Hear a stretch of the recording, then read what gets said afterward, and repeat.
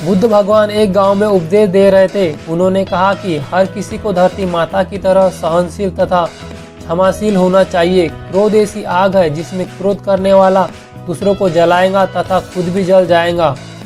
सभा में सभी शांति से बुद्ध की वाणी सुन रहे थे, लेकिन वहां स्वभाव से ही अति क्रोधी एक ऐसा व्यक्ति भी बैठा हुआ था जिसे ये सारी बातें बेचुकी लग रही थी। वह कुछ देर ये सब सुनता रहा, फिर अचानक ही आग बबूला होकर बोलने लगा, तुम पाखंडी हो, बड़ी बड़ी बातें करना यही तुम्हारा काम है। तुम लोगों को भ्रमित कर रहे हो। तुम्हारी ये बातें आज के समय में कोई मायने नहीं रखती। ऐसे कई कटु वचनों सुनकर भी बुद्ध शांत रहे। अपनी बातों से ना तो वह दुखी हुए, ना ही कोई प्रतिक्रिया की। यह देखकर वह व्यक्ति और भी क्रोधित हो गया और उसने बुद्ध के मुंह पर थूक कर वहां से चला गया। अगले दिन जब उस व्यक्ति का क्रोध शांत हुआ तो उसे अपने बुरे व्यवहार के कारण पछतावे की आग में जलने लगा और वह ढूंढते हुए उसी स्थान पर पहुंचा पर बुद्ध कहाँ मिलते। वह तो अपने शिष्यों के साथ पास वाले एक अन्य गांव में निकल चुके थे। व्यक्ति ने बुद्ध के बारे में लोगों से पूछा और ढूंढते ढूंढते जहां बुद्ध प्रवचन दे रहे थे वहां पहुंच गया। उन्हें देखते ही वह उनके चरणों में गिर पड़ा और बोला, मुझे क्षमा कीजिए प्रभु। बुद्ध ने पूछा, कौन हो भाई, तुम्हें क्या हुआ है, क्यों क्षमा मांग रहे हो?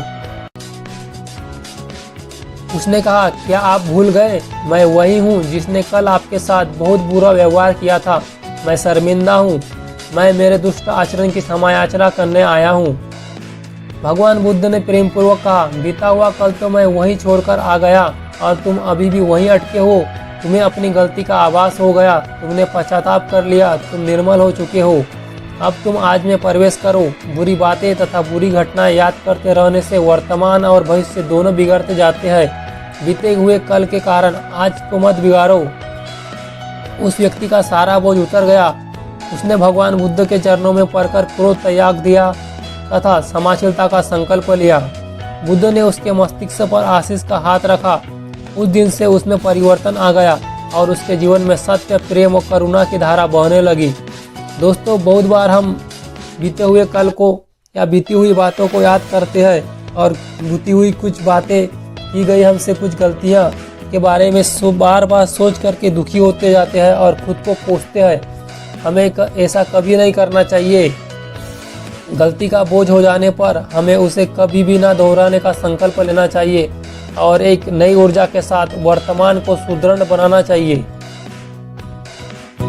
दोस्तों, ये छोटी सी कहानी आपको कैसी लगी कमेंट सेक्शन में जरूर बताइए।